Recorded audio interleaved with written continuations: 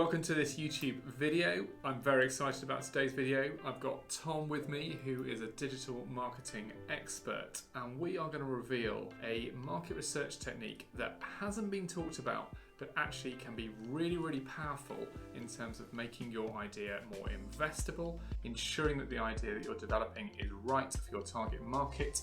So make sure you watch right until the end of this video so that you can hear all about this technique and how you can use it to research your product and de-risk your new venture. So before we pull back the curtain on that, Tom, can you explain what is the problem with the normal method of developing and selling a new product? Yes, Phil, of course. So at the moment, the traditional approach seems to be that people think of a product idea, they have it designed, packaged, website made or catalogue made, and then at the very end they come and say, actually, how are we going to promote this product to the wider world? By which time they have obviously invested money into the project, invested time into the project, and also with a bit of tunnel vision. Often people come to us thinking that what they've been developing over the last 6 months or 6 years is the best thing ever, and everyone's just going to want to jump to purchase it. And of course, we both know that never happens. No product ever really sells itself. And so what we have got is this new method that we're excited to share with you today.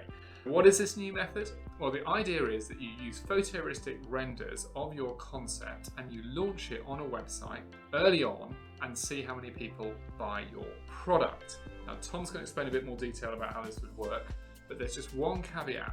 You need to be careful not to do this until you've actually protected your intellectual property. You don't want to put images of your product out all over the internet and then find that actually you've invalidated any future patent application or anything else. So do make sure you get a consultation with a chartered attorney, get your IP sorted before you do this. But once that is sorted, actually there's very little stopping you launching your product out to the wider world, even as a concept. Tell us more, Tom. Indeed. So you would essentially put together a sort of a dummy website which would look realistic, as if the product's already been invented and designed. And the website will then form a basis for digital marketing activity to take place. Things like Facebook ads and Google ads are the prime ways at the moment to get customers and people interested in the product to the website.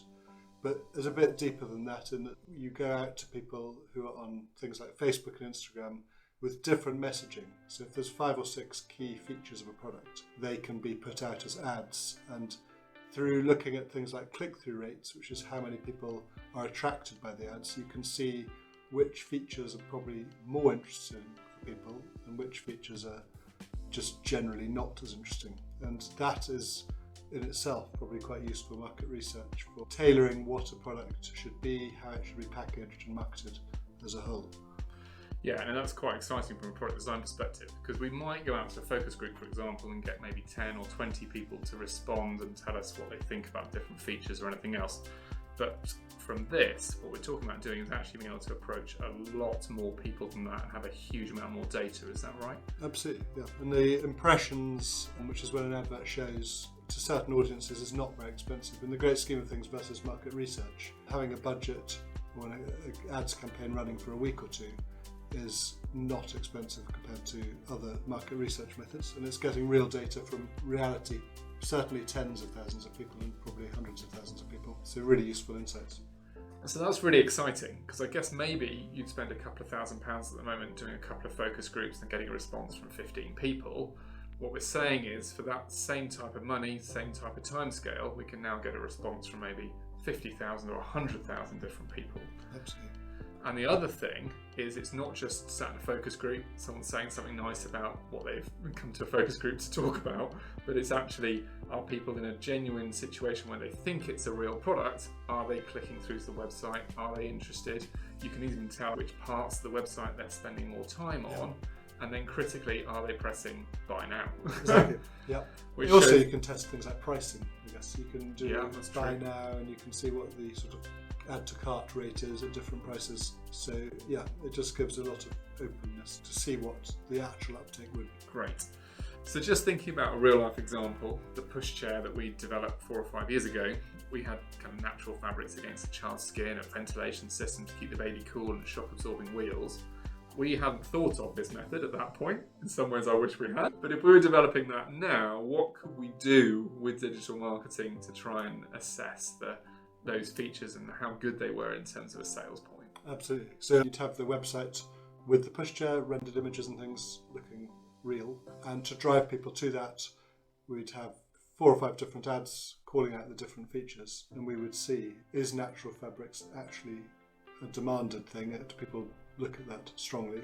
Or is it more the size of a pushchair versus a car boot and other things in the purchase cycle that people look for?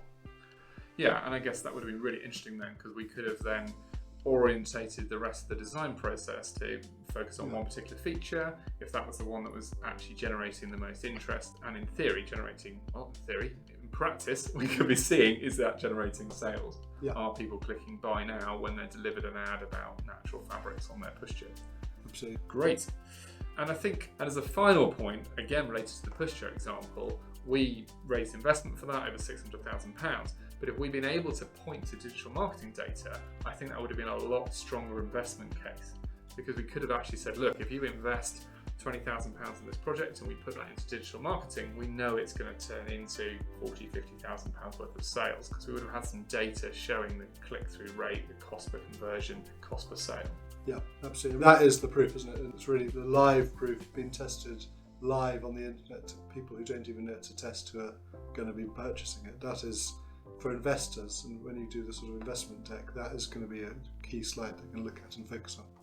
Yeah, and I think even if you don't need investors and you're the person investing in the project, it's then hugely reassuring for you, because you've got genuine people who aren't just friends and family saying that they would have bought the pushchair, clicking that they would have bought the pushchair. And you can go forward with massive confidence that it's the right thing, rather than always slightly wondering if you're going down a path of everything which is not going to have a market. So there you have it, brand new market research method. Fantastic way of de-risking your project early on in the process using the power of photorealistic rendering, or you could do it with edited photographs of a prototype potentially, but certainly very early on in the process you can get genuine market research data to orientate the design and development of your project. Thanks for watching. Make sure you check out this next video, which goes through more detail about the development process.